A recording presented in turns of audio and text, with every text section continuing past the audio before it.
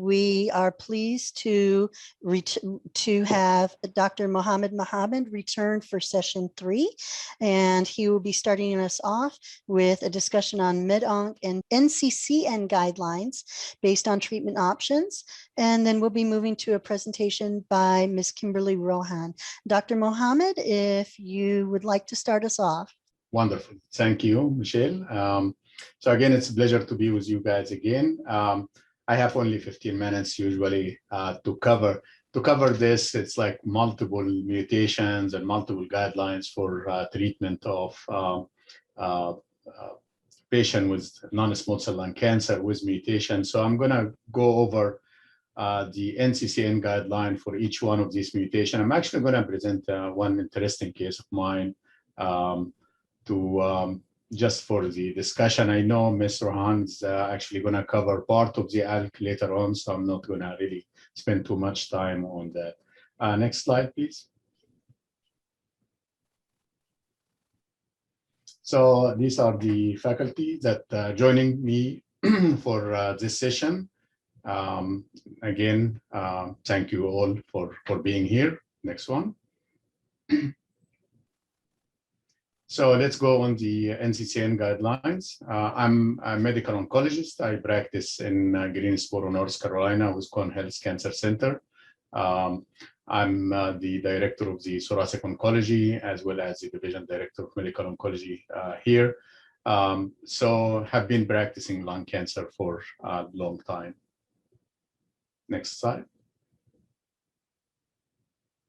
All right, so these are the NCCN guidelines for non-small cell lung cancer, and you have a patient who presents either with advanced or metastatic disease. The first thing definitely is to establish the histologic subtype with enough tissue. Hopefully you can get it from the pulmonologist, cardiothoracic surgeon, interventional radiologist. Whoever can get you the tissue, the good amount of tissue, that will be wonderful. And that will, we will send the tissue to be tested for molecular studies, which we will discuss in a second. Most of these patients are either current smokers, sometimes former smoker, and many of them are, never a smoker. That also we see a lot these days, especially young patients. So we would advise for smoking cessation counseling. My navigator actually is also trained in smoking cessation counseling, so she's always joining me to take care of that part. I think I have been talking about Dana a lot today. I probably will have a rough time talking to her on Monday because of all the good stuff that we talked about her today. So integrative palliative care also comes next, because when the metastatic setting, all the treatments that we provide for our patient is palliative. So supportive palliative care is important in this patient. Once you know the histologic subtype, if it's, we can divide them into squamous cell carcinoma or non-squamous cell carcinoma. So the non-squamous include the adenocarcinoma, the large cell, or any non-small cell lung cancer that not otherwise is specified. For this group, I think it's a standard of care at this point to order at least the 7 molecular markers. Actually, I would add more because it's coming very soon, the HER2 and also the KRAS. And but currently the NCCN guideline would recommend testing for EGFR mutation, for ALK, for RAS, for BRAF, for NTRK 1, 2, and 3, as well as the MET exon 14 skipping and RET mutation. We also test for PD1 expression in case the patient don't have molecular markers, which is again more than 70% of the patient would not have a molecular marker. So we need to know the PD1 status for this patient. And the preference is to do the NGS. You do the broad molecular profiling for your patient one time, you send the tissue to one company or to one lab, and you get everything. On the squamous cell carcinoma, it's not standard of care right now, but there are many institutions that start considering molecular marker for squamous cell carcinoma. And the reason that it's not widely used because the percentage of mutation in squamous cell carcinoma is much lower than what you see in the adenocarcinoma. So we would say consider. It's not mandatory. I would definitely consider patient who never a smoker and got squamous cell carcinoma, patient who are young and got this disease. When the tissue specimen is not good enough to say it's squamous or not. So definitely there are certain situations that it would be recommended to test squamous cell carcinoma, but if you have enough tissue and you can do it, please do it.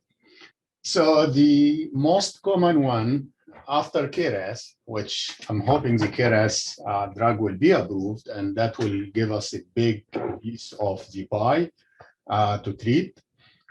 So KRAS in general is around 25% of the mutations. EGFR, depending on where you practice, it ranges between 10 to even 40 plus places, and in some places, especially with the if there is a higher Asian population. But in most of the places, it's around 15%. I practice in North Carolina. It's a tobacco state, and we get around 15% of our patients positive for EGFR mutation.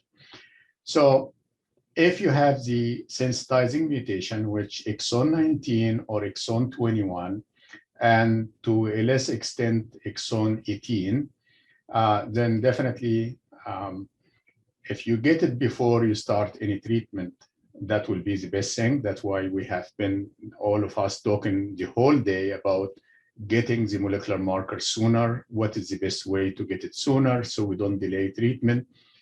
So we hope that we get the mutation before starting treatment. So if we get the mutation before starting treatment, we have several options. We have a third generation drug, osimertinib. It's a category 1 and preferred because it gives us a significant progression-free survival. It also gives us a overall survival benefit for this patient. It covers the resistant mutation T790M in addition to the common mutation, the exon 19 and exon 21. So that will be my preferred option for patients that have EGFR mutation. There are other options, and in certain situations, you may need to use these other options in case you have contraindication to use osimertinib. Let's say somebody with cardiac condition or have very prolonged QT interval, then you may need to look for some of the other options. And we have erlotinib, which has been approved for many years. That's first generation, gefitinib, first generation drug. And then you have efatinib, dacometinib, and the combination of erlotinib and ramucirumab or erlotinib and bevacizumab. The erlotinib ramucirumab is approved. The erlotinib bevacizumab is not approved, but it's a potential also option to be used. So that if you get the mutation before starting treatment. In some situation, you may have a patient who is really very sick and need to start treatment soon, and your molecular study is taking longer than what you're expecting. In this situation, it may be okay to start one cycle of treatment or so. And I would not advise adding immune therapy, even if the PD1 expression is high, because if you do that, there could be some toxicity happening later on. So if you have to start treatment, go ahead and start just with chemo, no immune therapy. And you have options. You can continue the planned systemic therapy, including maintenance therapy if the patient have benefit. We know chemotherapy can give us a response in around 30-35% of the patients. So if you having a response, you can continue. But probably the better option is to switch. So if you start with one cycle, probably go ahead and switch to osimertinib and or any of the other combination. The reason I said don't use immune therapy, because if you discover EGFR mutation and you already started patient on immune therapy, osimertinib can cause a lot of interstitial pneumonitis on this population. So we try to avoid that. Next slide. You could come with ALK, usually 2 to 3, maybe up to 5% of the patient have ALK mutation.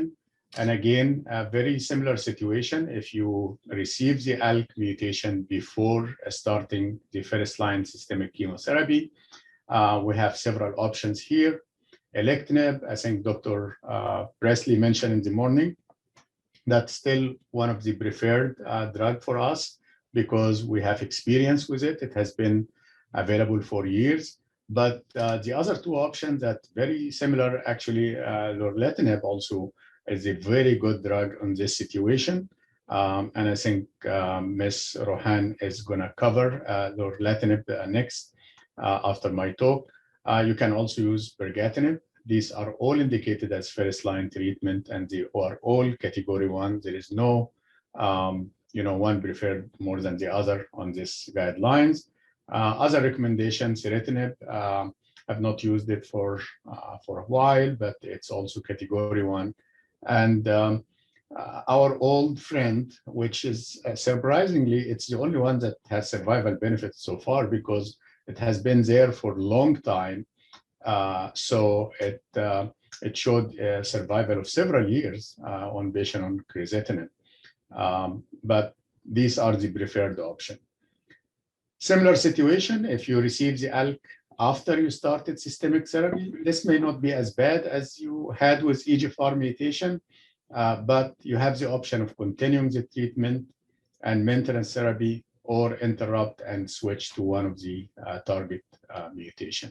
If the patient have disease progression, then you could go to one of the other options. There are several options to start after that. Next slide. This is like actually it's one of my patients I just saw, less than 3 weeks ago. She's 32. She went to the emergency room twice, complaining of breathing problem. And because she's 32, she just keep getting antibiotics and asthma treatment and sent home. Another scan, like a few weeks later, showed very similar results. And they also were thinking that this is pneumonia. While the patient is there, one of the pulmonologists actually decided, okay, let me go ahead and bronch this patient, making sure she doesn't have any fungal infection or something else. And unfortunately, she was diagnosed with stage 4 non-small cell lung cancer. It's fully differentiated adenocarcinoma. It has the signet ring features. She has multiple pulmonary nodules. Also, she has axillary and upper abdominal lymphadenopathy. I scanned her brain. She had brain metastases, small, like 4 or so brain metastases. So trying to rush her treatment because the patient was on face mask, non-rebreather. She was on the face mask and she was in nasal cannula with 6 liter and her oxygen is in the 70 and 80. So I tried everything. We sent the tissue to be tested. And also I sent blood test to one of the, acceptable companies that do, molecular study by blood test. And I was hoping to get the results sooner, but I got the result and it was negative for any mutation on the blood. And so I called the NGS tissue company and I told them, please expedite the patient is report because I'm concerned about her. She could really die in the hospital. She was in the ICU for, 2 weeks or so. So finally they did, and actually it showed an ALK positive mutation. So that's why the question about blood for ALK, it's not as perfect as it is for other mutation. This was a discussion between me and the company. Said they did not have enough of the DNA in the circulation to detect the ALK. They were able to detect other mutations but that is not actionable. But they were unable to detect ALK with the amount of DNA that they have. So that's a limitation that we could have. So patient started treatment with alectinib. She has brain metastasis, and actually I saw her like a few days after starting the alectinib, and she started feeling better already, and her oxygen level was down to 2 liters, and sometimes without exercise she doesn't need it at all. I got a PET scan just for the complete staging workup that was delayed a little bit. And actually the PET scan, which was done like 1 week after starting her alectinib, showed improvement in her disease already. So that, situation that very important to know the molecular study, because you could really lose a patient if you don't get the molecular study soon. So that we covered the ALK, and I think, again, as I said, Ms. Rohan is going to cover more of the ALK later on. But similar situation with RAS. RAS is actually very rare. It's less than what we see with ALK and the other mutations. Maybe around 1% of the patient. Actually, in my career as a thoracic medical oncologist, I saw only 2 RAS so far. Even I test NGS, but you see it the preferred option you can use for this patient. And on progression, you can go to lorlatinib, which is also recently approved for ALK, or you can, if you use crizotinib first, you can go back to entrectinib for this patient. If you discover it after treatment, after you start systemic treatment, so please, you can continue with the treatment if you're getting a response, and then switch to either crizotinib or entrectinib later on, or you can just finish a few cycles and move to the treatment option for us. Okay, let's move next here. So BRAF. BRAF also, especially the point mutation, the V600E, it's a mutation that around maybe 5% or so in the lung cancer patient. It's also seen in many other type of cancer, colon cancer and melanoma. The preferred regimen is the dabrafenib and trametinib. If the patient have disease progression, then you can start initial therapy. Just letting you know that you may get a patient who have BRAF and also have ALK, have PD1 expression that is high. BRAF is probably one of the only mutations that you could use immune therapy and you will not lose a lot of ground here. It's always good to use target therapy, but BRAF, you could treat with immune therapy and you're still doing fine because the response rate of immune therapy, even as single agent patient with BRAF, is up to 25%. So it's not as bad as you see with EGFR and ALK, that the response rate is in the range of 5 to 10%. But again, if you discover it early, you can use target therapy. If you discover it later, you can continue the systemic chemotherapy and followed by dabrafenib and trametinib, or you can just switch if needed. NTRK, this is in many tumor types, but also present in a few percentage of the lung cancer patient, and we have options here for treatment of NTRK. Sometimes the liquid biopsy may not detect all the NTRK, so you have to be very familiar with what test you're using because it may detect one and not the other. So please make sure that you ask the company that tests for you if they're going to cover the whole panel for NTRK or not. Same situation, if you discover it before treatment, please go ahead and use lorlatinib, larotrectinib, or entrectinib as an option for your treatment. And if you discover it later, you can start with systemic therapy and then use the target agent later on. MET14, this is one of the newer indications. We have been treating these patients in the past before the FDA approval with crizotinib. It was not really very specific for this mutation, but now we have two drugs that are very specific for this mutation, the capmatinib and the tepotinib. This is the last approval. Very effective on this disease. This disease also can be treated with systemic therapy if needed. And then you can use the exon 14 later on. Since we have target mutations, I would definitely use the target therapy first. I'm trying to rush here so I don't go over my time. We have the rate rearrangement that also have two drugs approved here, silbercatinib and bralcitinib. These are two drugs, very similar results. They are based on response rate. So the response rate in lung cancer for chemo-naive patient is up to 85% response rate. And for the previously treated patient, around 65-70% response rate. So these are very effective drugs on the rate rearrangement. And of course, if you started already patient on treatment, you can go and treat them with target therapy later on if they have progression. PD1 expression are very important also in lung cancer. The majority of patients have PD1 expression. They have no mutation, so they're going to be treated with systemic therapy plus minus immune therapy. And we have, if you have PD1 expression over 50%, there are several options that you could use. You could use single agent pembrolizumab. You could use a combination of chemotherapy and pembrolizumab.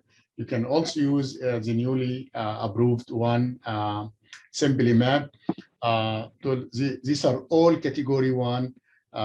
And if the patient have disease progression, you could, of course, this is for the adenocarcinoma. You have to use platinum and pemetrexed. For the squamous cell carcinoma, you could use the same regimens, either single agent or add to carbo and Taxol for this patient.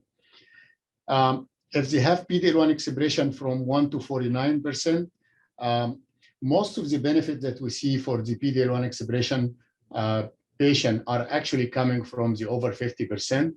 So whenever you see 1 to 40%, you probably need to add another agent or treatment chemotherapy for the immune therapy drugs. And these are the recommendation.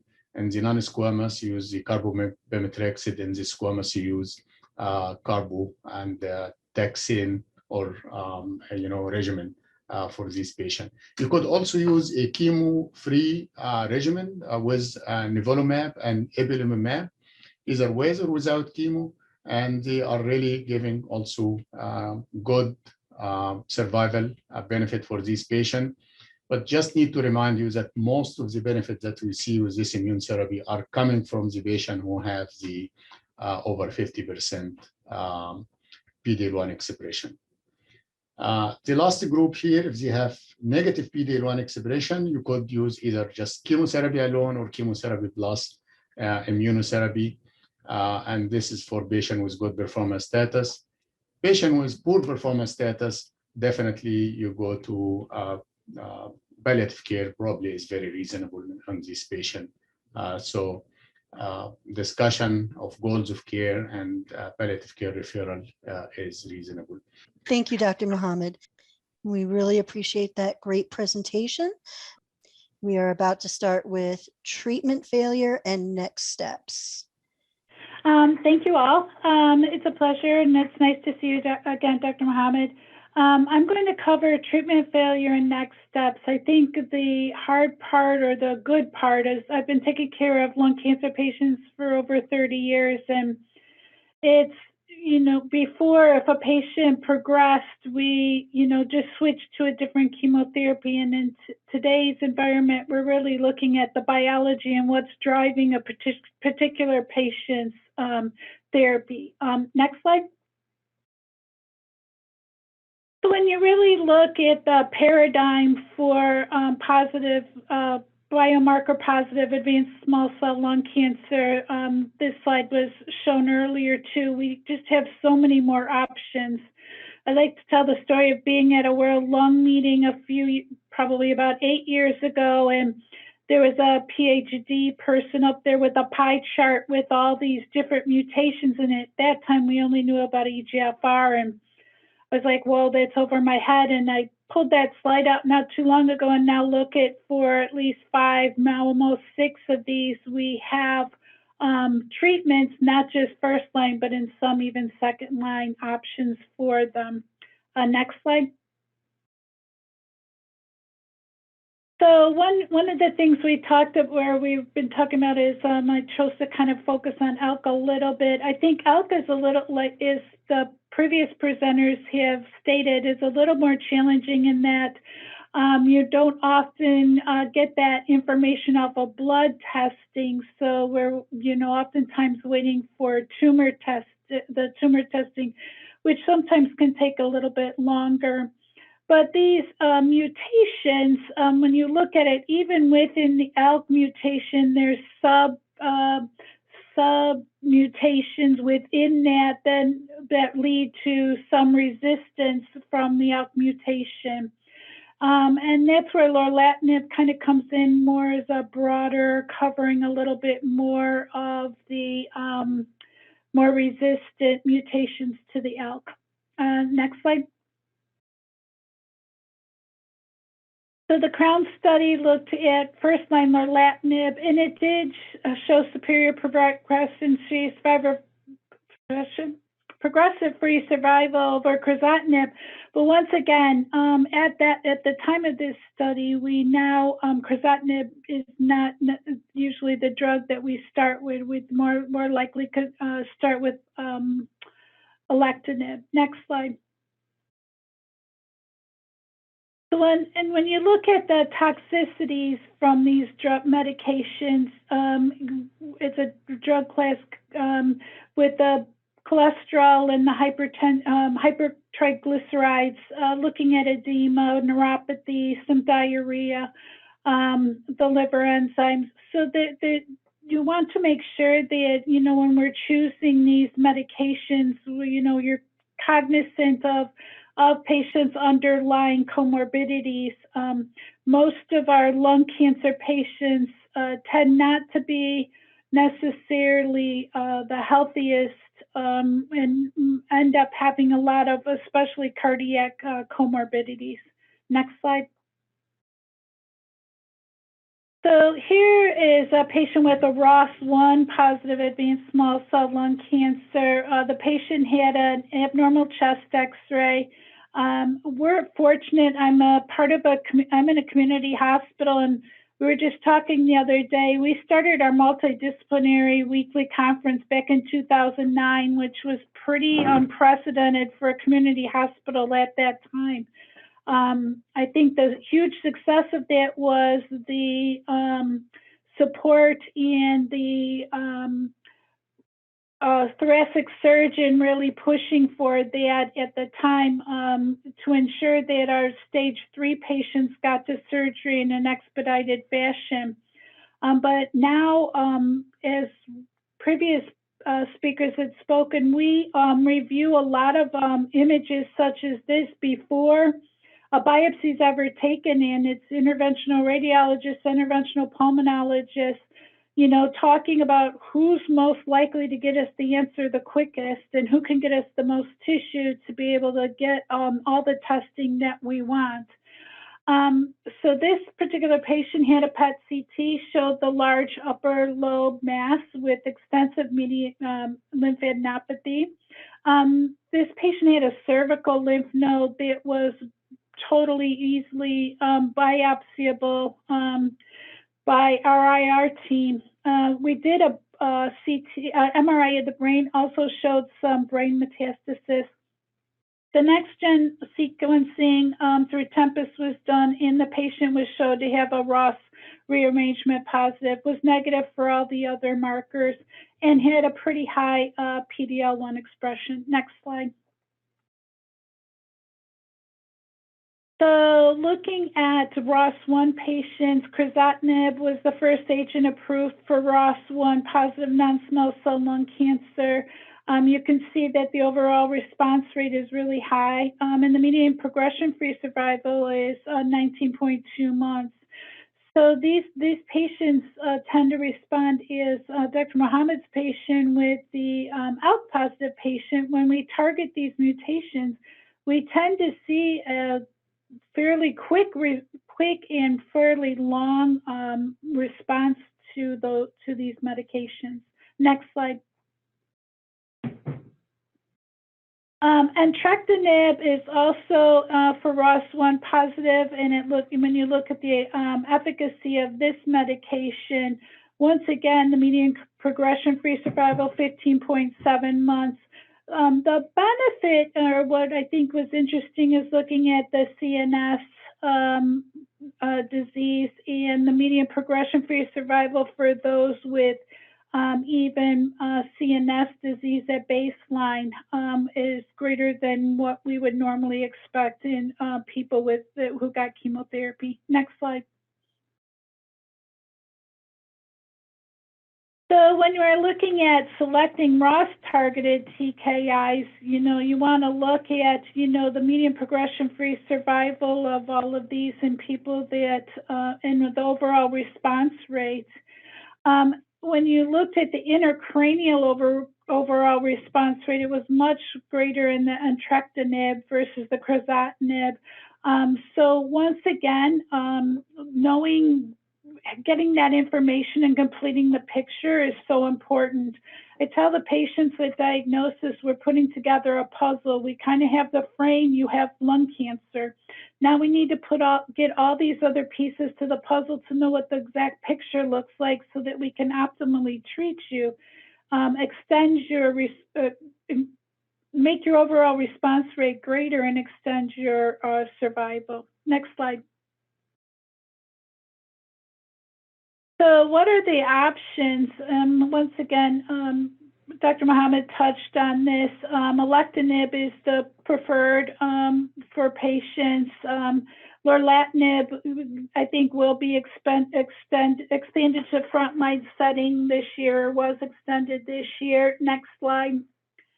But most importantly, what happens when we have treatment failures? And I think when you look at even the ALK positive or any patient that has a mutation positive, we have gotten to the point where we are re-biopsying people if at all possible and sending off Tempus or Foundation once again.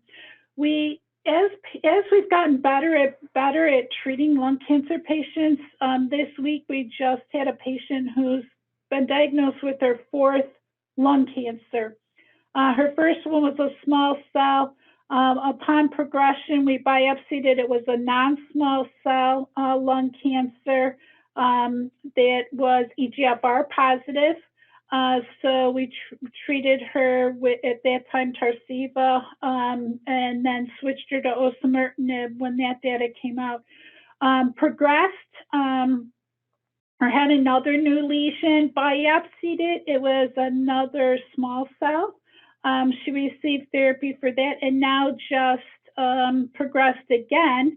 And interestingly enough, it came back as an ALK positive. So in talking with several thought leaders in the Chicago area where we're located, the patient's now on dual therapy, EGFR and ALK agents.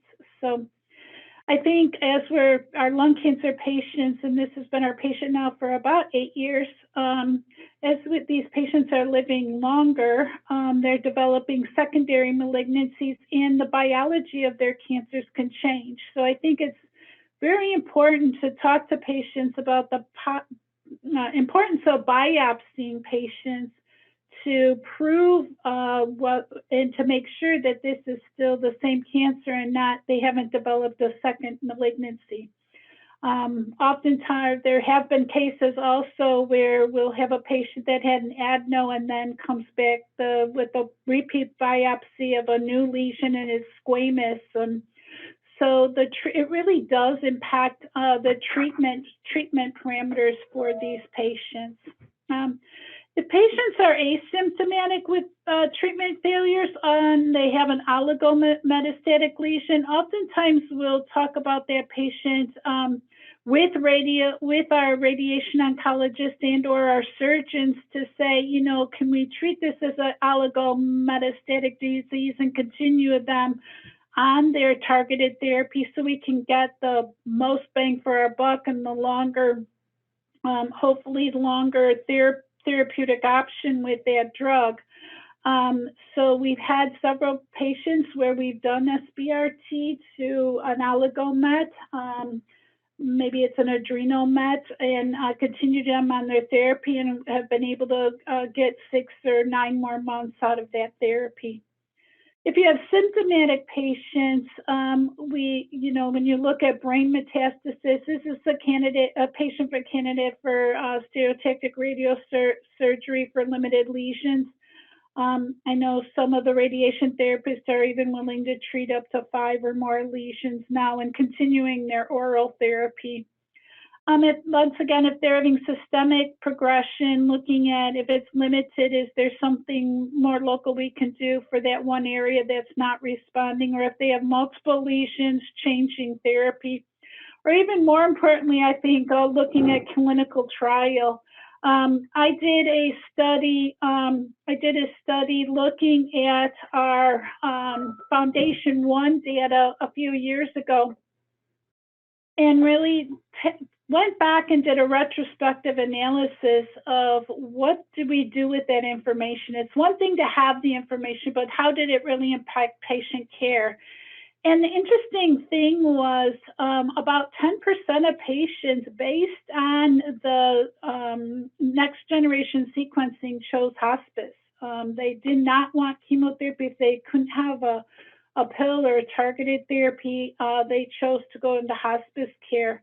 6% of patients were referred to a clinical trial, which when you look at overall patients being referred for a clinical trial, it's in the 2.5% to 3% range. So this data really supports getting patients into clinical trials so we can move the research forward. And about 6% of patients had no change in therapy based on their next generation sequencing. So I think looking at that data really points to the fact that the results really can help us get clinical trial enrollment, but also patients getting the most appropriate care. As said earlier by Dr. Mohammed, patients who have a targeted mutation, you want them to get targeted therapy. They will do better. They will not do as well with chemotherapy, immunotherapy, and perhaps do worse than if we can get them on the right targeted therapy. So I think the challenge is working with patients and getting them to understand that the cancer is not growing like wildfire, and we do have a few weeks to really sort this out to ensure that they get the best, most appropriate therapy. Not only at the beginning, but upon progression, we want to make sure that the patients are getting the most appropriate, best care. The vast majority of them, it will just be progression of their disease, but there's always going to be those patients now that have either developed a second malignancy or a mutation, a different mutation, or have become resistant to the targeted mutation that their therapy that they're on. Thank you, Ms. Rohan. We are moving on to the panel discussion, and Dr. Mohammed and Ms. Rohan are being joined by Ms. Dana Herndon and Dr. Zara Malecki to open the panel discussion on if you would change the process, what would you do differently? We are handing over the floor to answer the question. If you would change the process, what would you do differently? And I think this session will be great because we like to hear from you guys. We are not here to make the recommendation of what you should do, because every practice is different, and we always like to hear from you guys about what works better for you and what can we change and put as a guideline to help other practices of your situation. So I see Dr. Patel just has a hand up. Thank you so much for this wonderful presentation. I had a question about these common oncogenes that are found in adenocarcinomas, but are very rarely found in squamous cell carcinomas. And, I was wondering, these rare oncogene alterations in squamous cell carcinomas, are these true or pure squamous cell carcinomas? Could they be adenosquamous carcinomas that just have not been extensively sampled to discover the adeno component? Or could they be, poorly differentiated adenocarcinomas that have been, classified as squamous cell carcinomas? And I guess my question is, do pure squamous cell carcinomas harbor these classic oncogene alterations that we see in adenocarcinomas? This is a good question because I think I touched on it when I was talking that that's probably the percentage is low and some of it could be not clear squamous cell carcinoma. I'm gonna refer to Dr. Maleki from pathology because she sees a lot of these and she probably will tell us what's in the percentage could be at Johns Hopkins, which I think Johns Hopkins, Memorial, some of the bigger institutions are testing everyone these days, and so they may have some statistical data to share. I think that's a good question. Simply that shows the value of microscopic examination of morphologic features. So even though we are in the era of molecular pathology and all these molecular studies, those cytomorphologic features and morphologic features of tumors still, they are very important. That's a very good question when it comes to looking for also adenocarcinoma features or squamous cell features. So it's very important to look for those features carefully to make sure that we don't have a combined adenosquamous. In my experience, in general, adenosquamous cases basically constitute a small percentage of lung carcinomas. It's not, very high percentage. And in terms of some of those mutations, can you be more specific about, what mutations that you experience that they are just, kind of overlapping between those two? Because sometimes when it comes to mutations, if they're actionable, then they may actually, the treatment may go based on also the molecular rather than just pure cytology. So I think cytology and molecular, they just come together when it comes to final decision. So we are not looking at them, individually. We are looking at them as the whole, basically, findings all together for final decisions. I think in the NCCN guideline, that's, I think, the question came because they said consider testing for the 7 molecular target mutations, which actually on the previous versions in the past, they have been talking about, yes, test squamous cell carcinoma if, and they put certain Fs, including non-smoker, small biopsy, fine needle aspiration. They also talked about younger patient. So they gave certain criteria to test for squamous cell carcinoma in the past. And now, as I was going over the guideline, they said, consider testing squamous cell carcinoma for the 7 actionable mutations. And actually, there will be more coming. Just 2 minutes ago, I checked my email, and there is another indication now coming for exon 20, that will be added for EGFR exon 20 will be added. So I understand there are certain mutations that really it doesn't matter what kind of histology, like the interact. I think we mentioned few of them during the discussion that they are available in adeno and also available in squamous cell carcinoma. But EGFR, ALK, ROS, probably maybe ROS is also can be seen in squamous, but there are certain other mutations that we rarely see in squamous cell carcinoma. But probably if we have certain criteria, like the non-smoker, the young patient, the needle aspiration that is not conclusive, that could be a person that be tested for mutation. Dr. Rotel, what's your impression? Yeah, thanks. I agree. I think this is a really important point. So I'm glad the question was asked.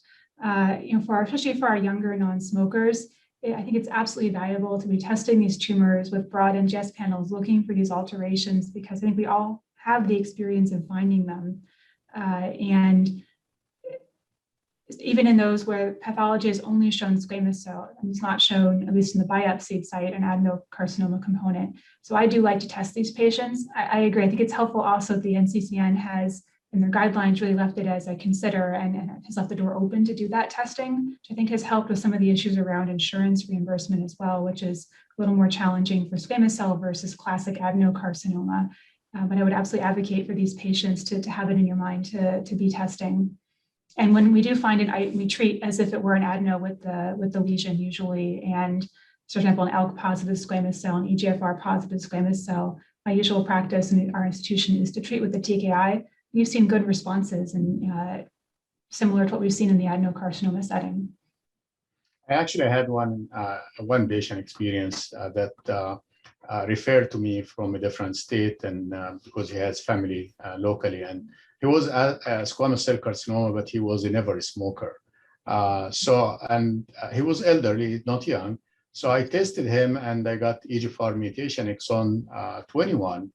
And of course, I didn't believe, I started to become suspicious. No, this is not squamous, this is adeno and probably has a mutation. So I requested the tissue to come back from that institution and asked our pathologist to review the pathology one more time, and they confirmed it is squamous cell carcinoma. So two different institutions looked at the slide, absolutely squamous cell carcinoma, but he has positive EGFR mutation. I'd like to personally introduce Dr. Rotel and thank her for being a part of this panel. My apologies for missing her name earlier. I'm happy to be here. Dr. Rotel, where do you practice? Just introduce yourself. I know I wasn't here in the beginning. I apologize. I was coming from clinic, but I'm a medical oncologist. I'm a thoracic medical oncologist, specifically practicing at Dana-Farber, the clinical and translational research focus. So this is a great discussion here today, and I'm so glad it's happening. So Dr. Rotel, can you tell us, because you are in a different institution, we talked about Dana-Farber, we talk about community practice like mine in Greensboro, North Carolina.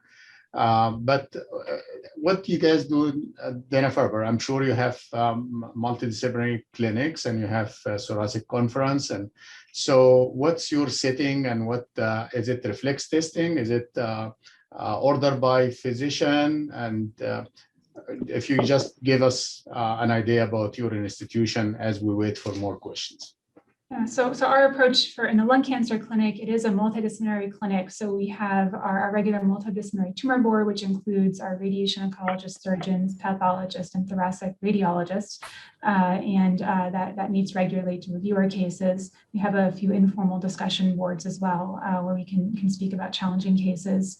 And I think pre-COVID, and we're looking forward to getting back to this. We additionally were lucky and very fortunate to have multidisciplinary clinics where you could sit down with the patient, with the surgeon, radiation oncologist, and medical oncologist in the room together and basically do a joint visit. And that was a really lovely thing for our patients with stage 3 disease who needed multidisciplinary evaluation. That's been on hold during the pandemic due to restrictions related to social distancing, but we're looking forward to getting back to that as things open back up again. For our molecular testing, we currently do it as a physician-ordered assay, usually by the medical oncologist at the first visit. And that's something that actually falls for me when I think about the question of what I could change about the process. I think getting this testing back and therefore getting this testing ordered as soon as possible is very important. So the ability to do this as a reflex assay and just moving that test to an earlier point in diagnosis will be valuable for our patients. I think we all know the challenge of seeing a patient and saying it'll be 2 or 3 weeks till we have these test results. Let's watch and wait. That's very hard, and it's hard for the patient, it's hard for the physician. So having these tests ordered sooner and then always wanting tests that come back faster is the thing that I look for in the future. I think I'll keep talking, the availability of liquid biopsies have helped with that, and we can send that now at diagnosis. We get those results a bit faster. So that's been a great tool to bridge some of that gap. And I'll routinely, and many of us here will routinely send both a liquid biopsy and the tissue NGS simultaneously, sort of giving us 2 shots to find the alteration and maybe a chance to get it faster. Do you do in-house testing or you send it out? We do in-house testing. We have an in-house NGS panel. I've also in the past used commercial panels, and those have also been a good experience. And the in-house panels, we're very lucky again because our own pathologists read it. So when there's questions about unusual findings or about questionable findings, you have the extreme luxury of actually being able to talk with the interpreting pathologist in person and go through the results and review what the findings might mean. So that's been something we've been very lucky to have. I will say many of the commercial companies, if there is something unusual in the finding, do have contact points and are typically very happy to speak with the ordering physician in a similar fashion, just with a few more steps. Kimberly, I saw you raised your hand earlier. Do you have a question? Well, my question was, you already asked it about in-house versus commercial next-gen sequencing. So. Yeah, no, I think my advocate is always for a broad panel. So hitting both all the current actionable drivers, but also upcoming ones, things like KRAS, HER2, making sure you have EGFR exon 20 in there with this new approval. In the broad panels, I think make the most efficient use of limited tissue in some ways. So whether commercial or in-house, that's what I would advocate for. Sure. I think when it comes to lab tests, it's important that your lab would be completely accredited. So when your lab is accredited and you have good validations, or you follow all the steps accordingly, then it should not be any a problem if you do the test in-house. But all those steps should be done very vigilantly. Then actually, there's sometimes when you have tests, within your institution or in close by to your, sometimes your hospital might not be really, a hospital with large volume. Then that time, if there is a closest hospital or facility to do the test, that can actually expedite things very quickly, and that would be in favor of the patient. Dr. Maleki, for the case I presented, the young lady, 32, blood test was unable, even, you see the volume of her disease at almost everywhere, but the blood tests were unable to detect her mutation. What if I was in that situation that also the tissue wasn't sufficient for a patient like this who is really, was in very bad situation, ICU for 2 weeks because of inability to breathe. How we improve the detection rate for ALK, especially that's one of the big subjects we're covering, how we improve that detectability for ALK in situation like this? I think in a situation like your patient that is actually very interesting, and we all know that ALK actually, the tumor can be very aggressive, and we've seen in different arrays of, even in terms of morphology, usually they may show, features of very high-grade lesions. You would see a lot of single cells, some intracytoplasmic neutrophils. So in terms of cytomorphologic features of ALK positive cases, sometimes we see, features that are kind of alarming in terms of just being, extremely kind of high-grade tumor. Sometimes we really don't have a clear answer in terms of why a test doesn't work. If there is, if the patient is on a specific medication, is there anything that intervene with the procedure? Sometimes it's not clear, but if anything fails, that in terms of blood tests or other tests, I would just say sometimes probably if we schedule the patient for an immediate, some sort of, biopsy, I think, like, FNA with rows and collecting a lot of material. And if it's applicable, sometimes we also add a small core biopsy to get as much as material that as it's possible. Yeah, seeing a patient with, poorly differentiated adenocarcinoma with signet ring appearance, would that give you an evidence or even alarming that Dr. Muhammad, because not all of us are, very good in reading the pathology, was that something that you could call the medical oncologist and say, watch out, this could be an ALK patient. Please make sure that you get the ALK done. I might be a little bit biased on your question because we actually published our work on these, patient with, ALK positive patients. Actually, signet ring cell features are some of those features that we actually specifically put for ALK positive cases. So that is something that we cannot say with certainty because we may see signet ring cell features with other type of tumors, but those plasmacytoid cells, signet ring cells, those are features that actually we saw in ALK positive, But would that be something that the pathologist, especially when you have a young patient and never a smoker and all the feature, have a lot of feature that saying that this patient has a mutation. I don't know which one, but would that something that get your attention as a pathologist to call the medical oncologist? Especially, we're not talking about Johns Hopkins and Dana-Farber. We're talking about the smaller community hospital that has one pathologist and 1.5 medical oncologists and physician assistant with the medical oncologist. That you just pick the phone and said, listen, this is suspicious to be an ALK, please go after it. Because if I get negative report from blood and I'm getting insufficient material from the tissue, my next step, I'm starting the patient on chemo. And luckily, chemo can work in ALK patient, especially pemetrexed, and carbo can work in ALK patient, but not as good as the target therapy.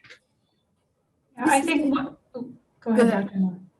I was going to say, for QNS samples, it's frustrating in critically ill patients. It may depend what it was QNS for as well. If it's QNS for NGS, it still might be possible to get an ALK IHC or ROS1 IHC. So I've used that for some of our patients who are critically ill and answer faster. So between EGFR, ddPCR, and ALK and ROS1 IHC, you can get rapid tests for at least the big 3 initial ones that you might see in a young healthy patient. So I've used that strategy.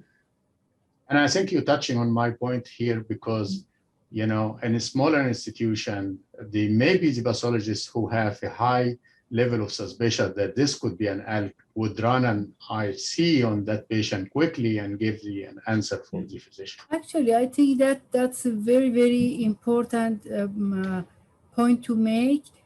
First of all, it shows the importance of communication between pathologist and clinician, because sometimes the oncologists actually reach out to us and they would say, this is the diagnosis or this is the finding, but when it comes to patient response, we don't necessarily see what we expected.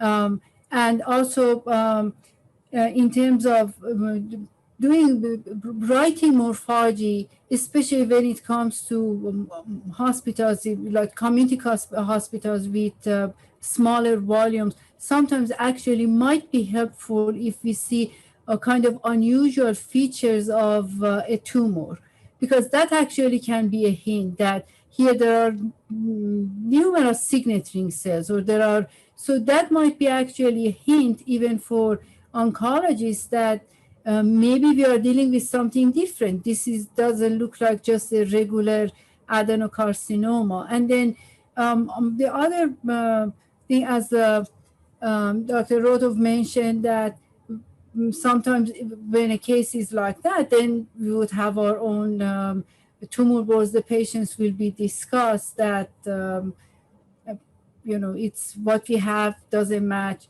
I want to share with you an interesting case that just happened just like a few weeks ago, that we had a case looked like just a lung adenocarcinoma, and NGS showed the tumor was BRAF positive. I mean, it just showed that, and the tumor was TTF1 positive. Everything looked just in favor of a lung adenocarcinoma, solitary lung mass. Interesting enough, the clinician, before starting any treatment, the oncologist goes through the patient's history and check with them, going through some imaging, and they found actually a thyroid nodule. The thyroid nodule actually was labeled as parathyroid nodule, not thyroid nodule. So the FNA was performed. They look at the parathyroid. It didn't look like parathyroid. It looked like just regular PTC. Now what? Then we put everything together, did some immunostaining, additional staining on lung nodule, it turned out to be actually a metastatic papillary thyroid carcinoma. Good thing was the patient didn't even start the treatment. And if we all help the patient, because it was just because of communication. So communication is extremely crucial, as you mentioned. As we keep asking the question, what would you do differently to improve the situation?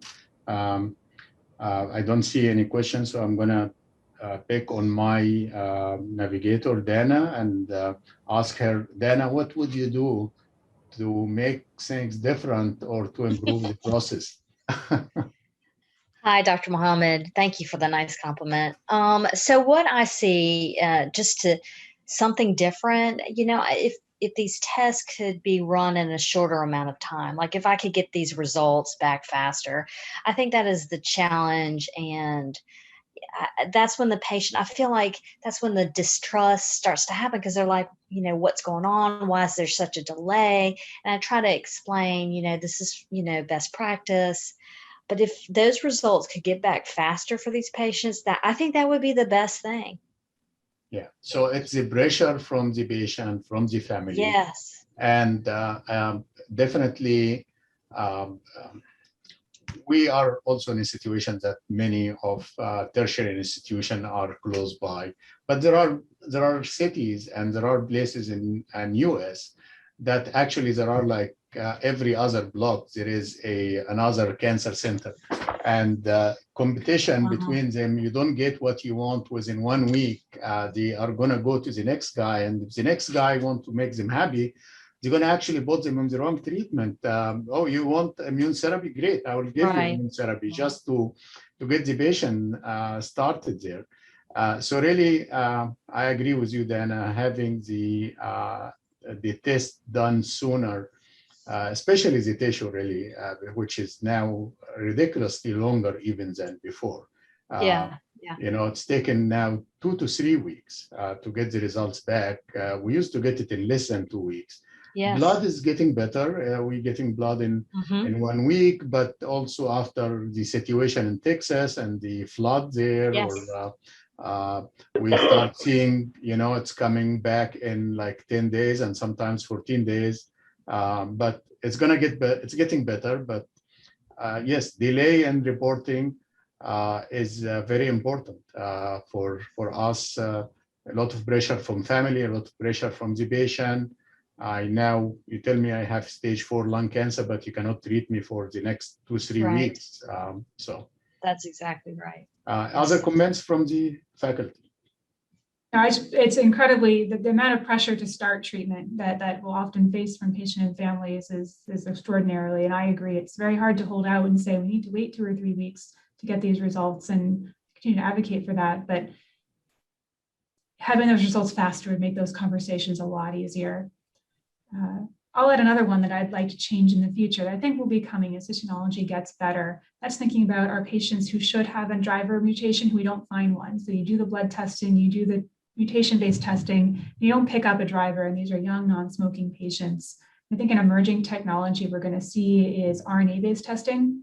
So that's not as readily available yet, but I think we're going to see it coming as the technology gets mature. And this is testing that is far optimized for fusion detection because it uses RNA rather than DNA as the source for sequencing.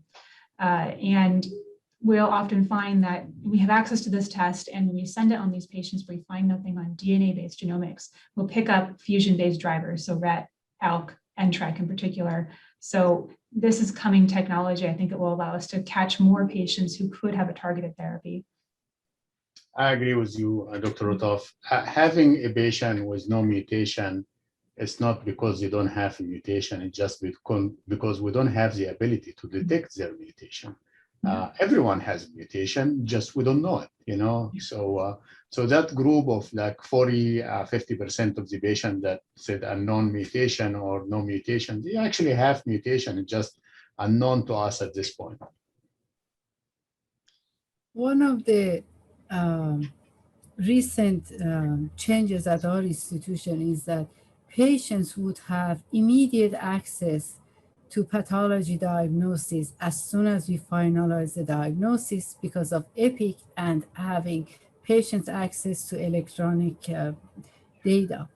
So what I've noticed that there is some health disparity, and it's not just about different ethnicity or background or race, it's more than that. Also is the gap in terms of not everyone is familiar with medical terminology, not everyone is familiar with medicine. So we are people that there are a lot of patients that they're extremely knowledgeable, but they're not in medicine. So how could we help those patients to exactly understand the stage that they are in, not only just the stage of the disease in terms of getting appropriate treatment, putting everything together. I think we need to do better. Some of our studies actually showed that definitely when we compared African-American patients versus others, we actually saw that some of these patients actually seek treatment a little bit later, and they had some other comorbidities. Survival was not as optimal as we expected. So I think in addition to hoping for advancement in medicine, finding more actionable driver mutations, we also need just have new ideas how we could provide our patient care to everyone in a way that everyone would have, be just, treated at the same time and with better understanding of their own disease. Because the more the patients, I believe, they know about their condition, the more they're willing to actually proceed. I see two hands up from Ms. Rohan and Mr. Patel or Dr. Patel. Questions? I was just going to say, Dana probably can relate to this. I think the other challenge or the thing I'd like to change or work on is once you find that patient, you get that patient, now it's getting them the drug in a timely manner.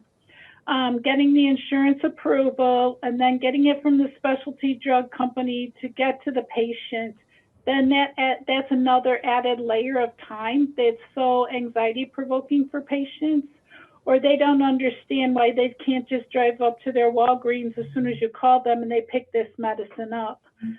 So I think getting the drugs working on getting drugs to the patient in a more timely fashion. Oftentimes you got to get the prior auth, you got to send the fax with the results of the genetic test, with the mutation testing. And so it just, I'm sure Dana can relate as a navigator, oftentimes that just is another layer of the time from diagnosis to start a treatment.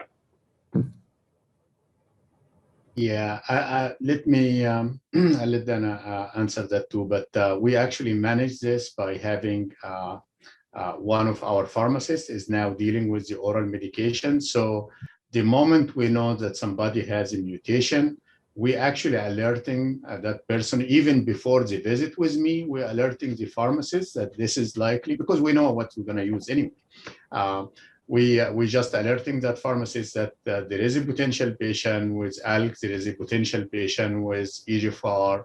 They start the process, and sometimes they may have a 2-week supply or something like that, that we get the patient started as soon as possible as the paperwork goes. So we manage that by having a specialized pharmacist for oral oncolytic drugs available, and they do the counseling for the patient too.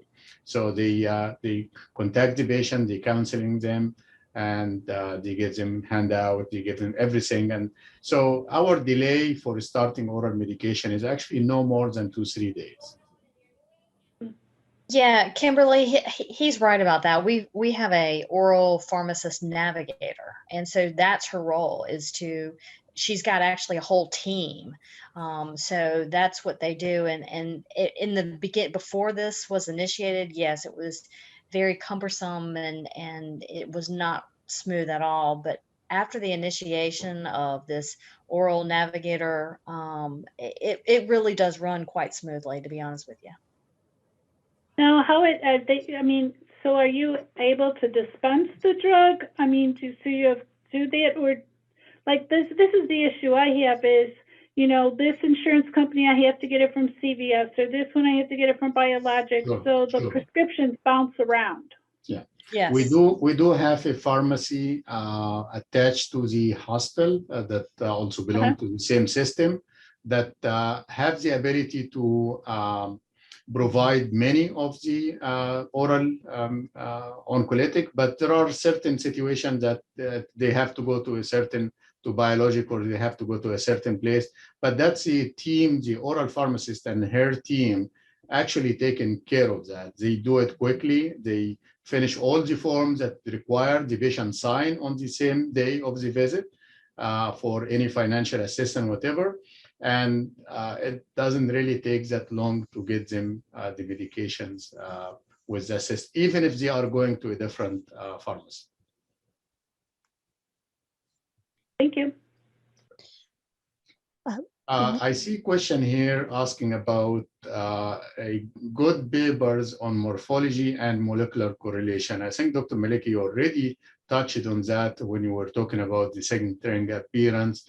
But is there any other feature in your immunohistochemical stains or the morphology as you're doing that say, well, yeah, this group of patients likely going to have that kind of mutation, or just like give you a hint about what could be a possible mutation coming when you run some of these initial. I'm not familiar of any, but you are, as a pathologist, you may know something. We really don't flag any of our, cases for any specific type of mutations based on morphology. We order the molecular studies. We order PD1 and NGS immediately after our diagnosis, and we don't flag any cases based on morphology. So you don't see like TTF1 is more associated with that mutation, or there are some studies that we published earlier that we noticed that actually those patients who are TTF1 negative lung adenocarcinoma, actually that those patients carried a poor prognosis compared to those patients who were TTF1 positive. We noticed that for sure. And when it comes to BRAF V600 features, we also noticed that some of those cases actually may look more like well-differentiated adenocarcinomas, and with some like lipidic panel, papillary features, those type of features. But when it comes to practicing pathology, we do not include that. But what is your experience, Dr. Rotel, Dr. Mohan, when it comes to TTF1 negative lung adenocarcinomas. I don't know if we really have any correlation in our group that we studied, but Dr. Rotel, you are in a big institution. Did you have any? I would agree. I don't think we differentiate from TGF1 positive versus negative when we're thinking about our treatment decision making at this point, and would want to do biomarkers on all cases in that, regardless of that IHC status. Okay. Michelle, how are we doing with the time? We do have enough time to take the raised hand from Dr. Patel, if you'd like.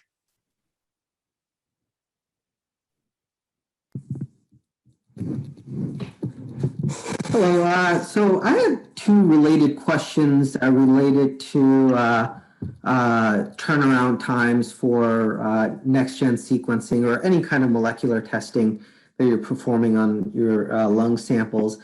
Mine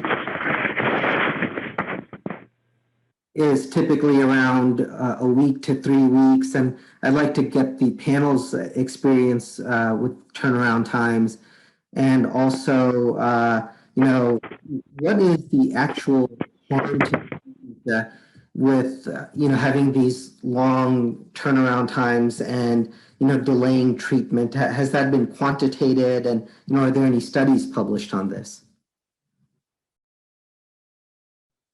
Dr. Rotel. So our turnaround time is approximately 21 days. Now, the greatest delay we find tends to be when we have a patient who's had their initial diagnostic biopsies outside of our center, where you have the challenge of obtaining the tissue from another hospital. And I'm sure other hospitals have the same delay from us, of course. But I think that's one point where we can speed diagnosis for patients without needing new technology, simply by improving coordination among all hospital systems to obtain tissue when needed.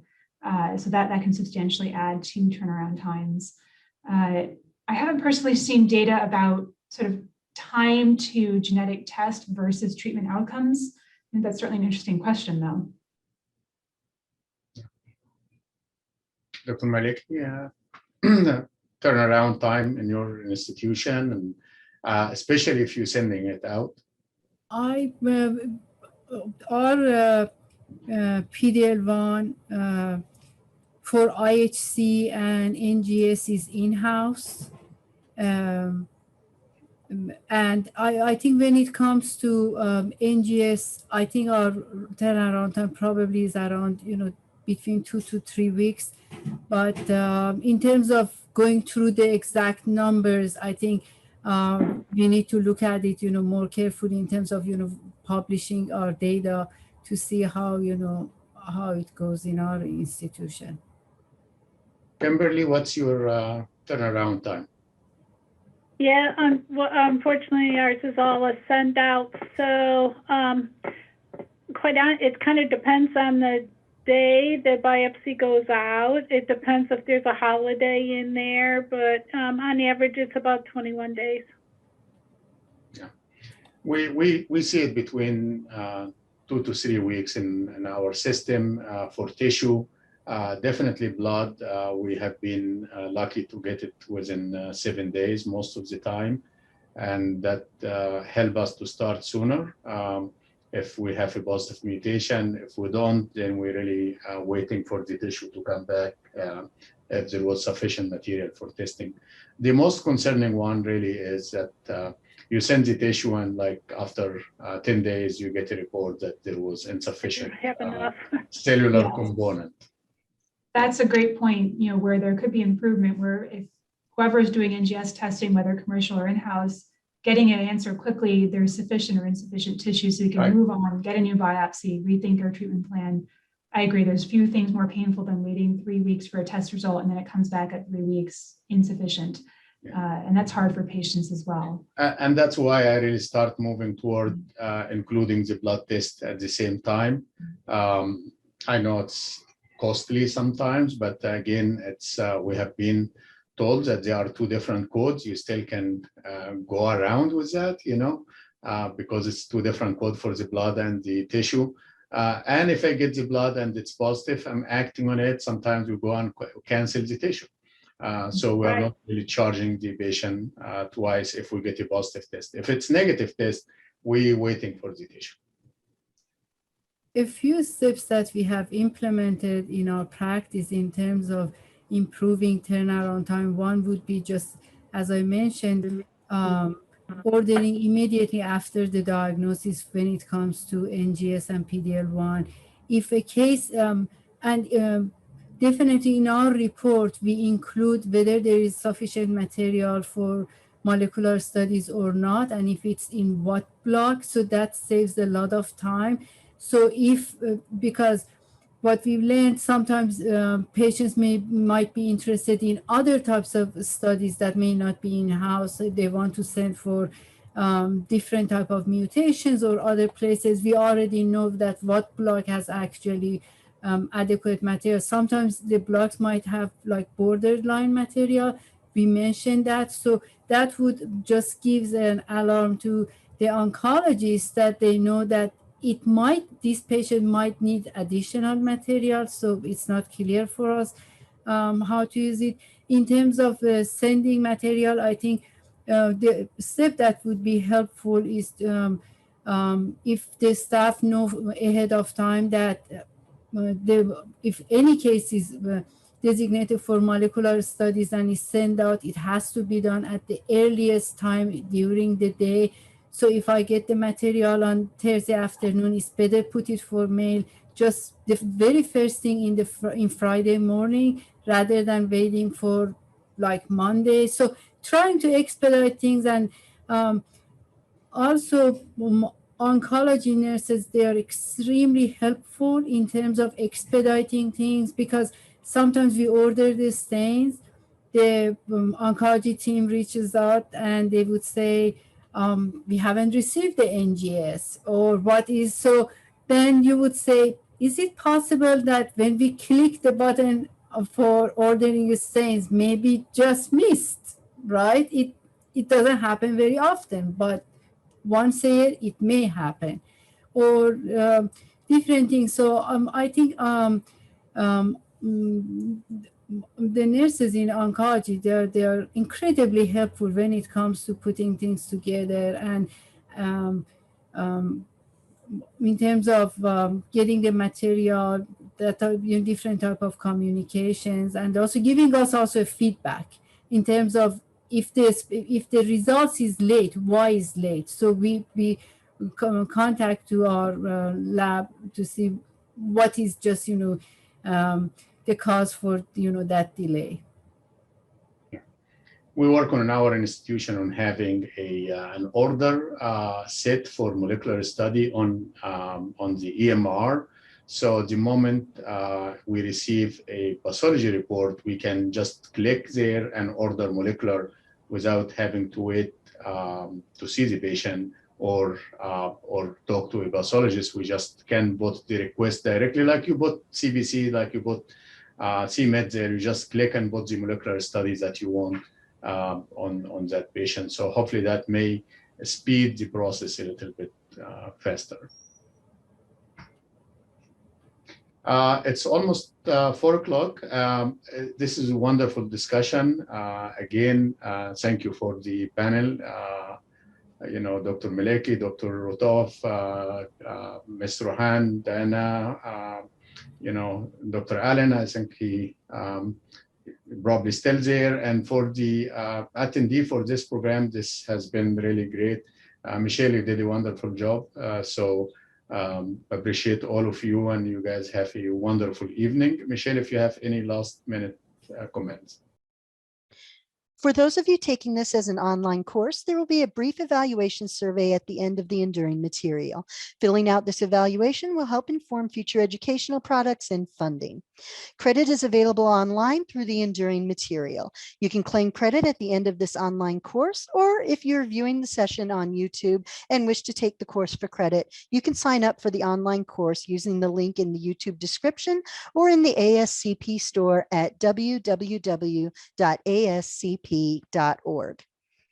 ACCC and ASCP are pleased to provide links to additional resources. Thank you all very much.